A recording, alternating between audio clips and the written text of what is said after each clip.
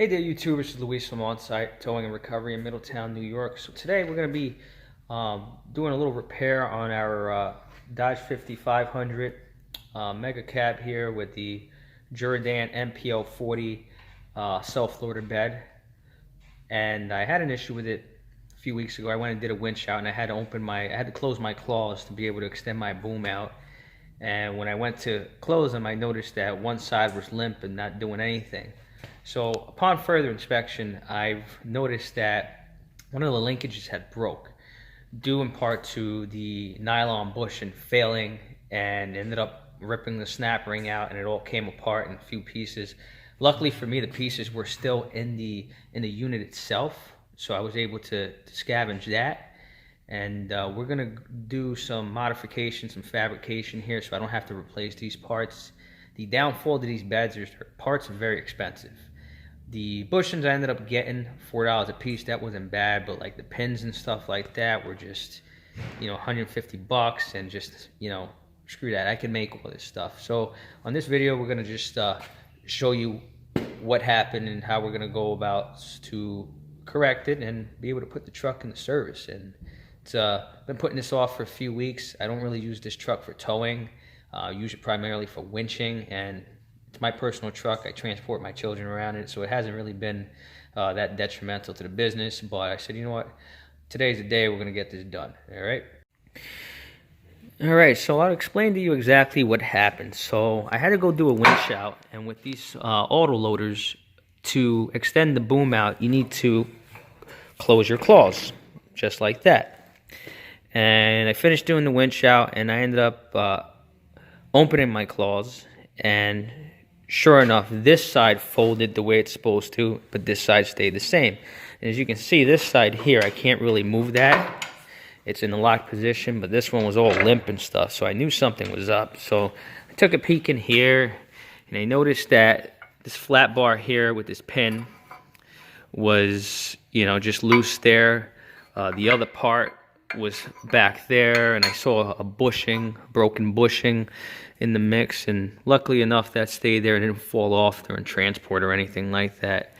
So what happened here is that these pins here, I don't know if you guys can see that pin there goes into a bushing. It's a nylon bushing, and over time that bushing wears out and you get play, and what it causes to happen is it ends up cocking it at an angle, and at the very top there is a snap ring, and this goes on top of there, and the snap ring actually sits in that bevel there. And when it starts to get all cockeyed, the snap ring will eventually break, and it'll cause all this to come apart. So this is what we're going to be fixing today. Luckily, I was able to find the pin that broke off. It broke off of this section here, because this part's like $150 from Jerr. Screw that. We're gonna clean it up. We're gonna weld it back into place. As you can see, I bought a new snap ring, and actually, I can show you how it actually falls. See, that's how it's supposed to sit in there. We ended up getting the bushings. I ordered 4 bushings from I forget what company. It wasn't Zips, but that's the part number 708200026. I ordered 4 of them. They weren't expensive. They were like $4 a piece.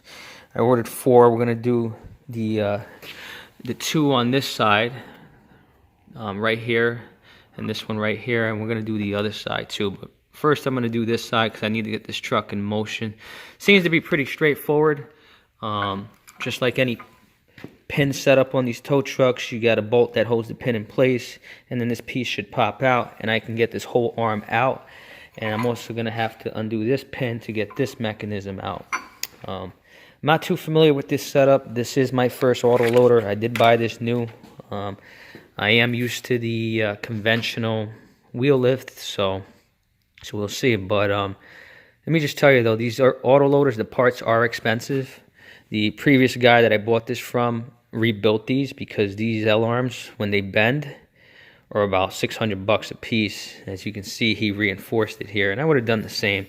This is just some basic tubing here, so nothing too crazy, nothing fancy or exotic, so You know, if you end up bending these, you know, cut them off, get the tubing, and then just plate them. See? Have no issues with this.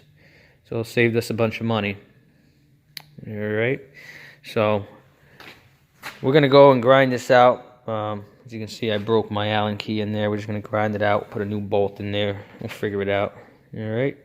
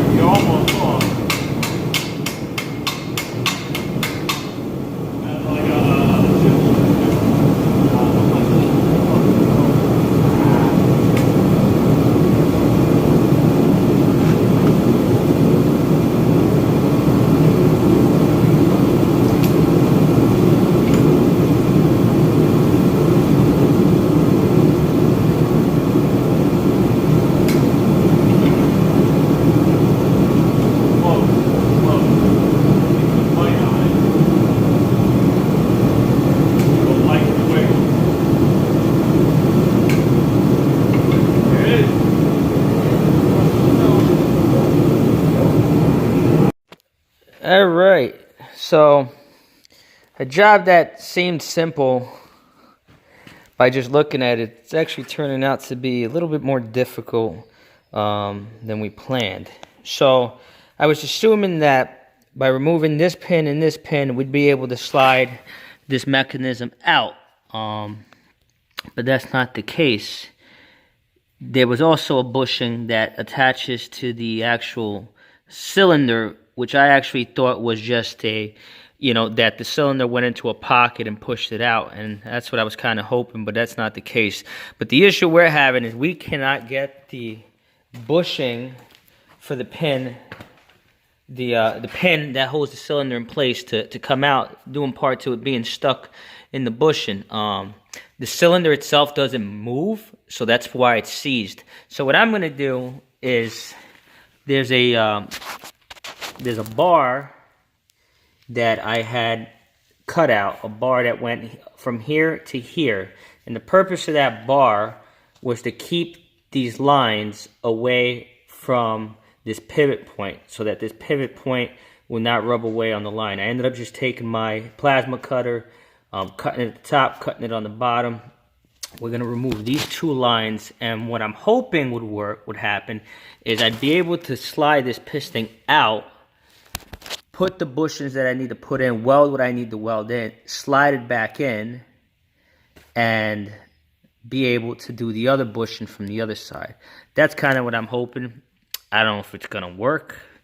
And in case you're wondering why we're not doing that bushing, is I didn't buy that bushing, and quite frankly, I don't want to disable the truck for a week. I want to be able to have this wheel lift available. I've gone already a few weeks without it, and kind of want to have it in service already. So let's see what happens. All right, YouTubers, so this is my plan. I don't know if it's going to work yet, and like I was saying before, I can't get this bushing out here out. I can't get the pin out because it's fused to the bushing, and this is not a station. This is a stationary pin, so it doesn't move. All it does is hold the cylinder in place for the claw actuation that closes the L arms. So what I ended up doing was like I said before, I cut that little bar out of the way, and I ended up knocking the cylinder towards the front of the truck so that I can get to this hole here to put the bushing in, get the pin in place, and I'm kind of hoping that I can set that up and then push it back in and connect it to the other side. I don't know if it's going to work, to be honest with you. We will find out. If it doesn't work, it's probably going to be looking like I'm going to have to cut that pin out entirely and knock it out, heat it, and order it. But we'll see. You know, I don't want to keep the truck down for that long. We're going to see if this can buy me some more time. You know, typically when you do stuff like this, you want to just replace everything. But this is my first auto loader, so I really don't have much experience with these and what fails on them. So this is the actual first repair that I'm doing on this one.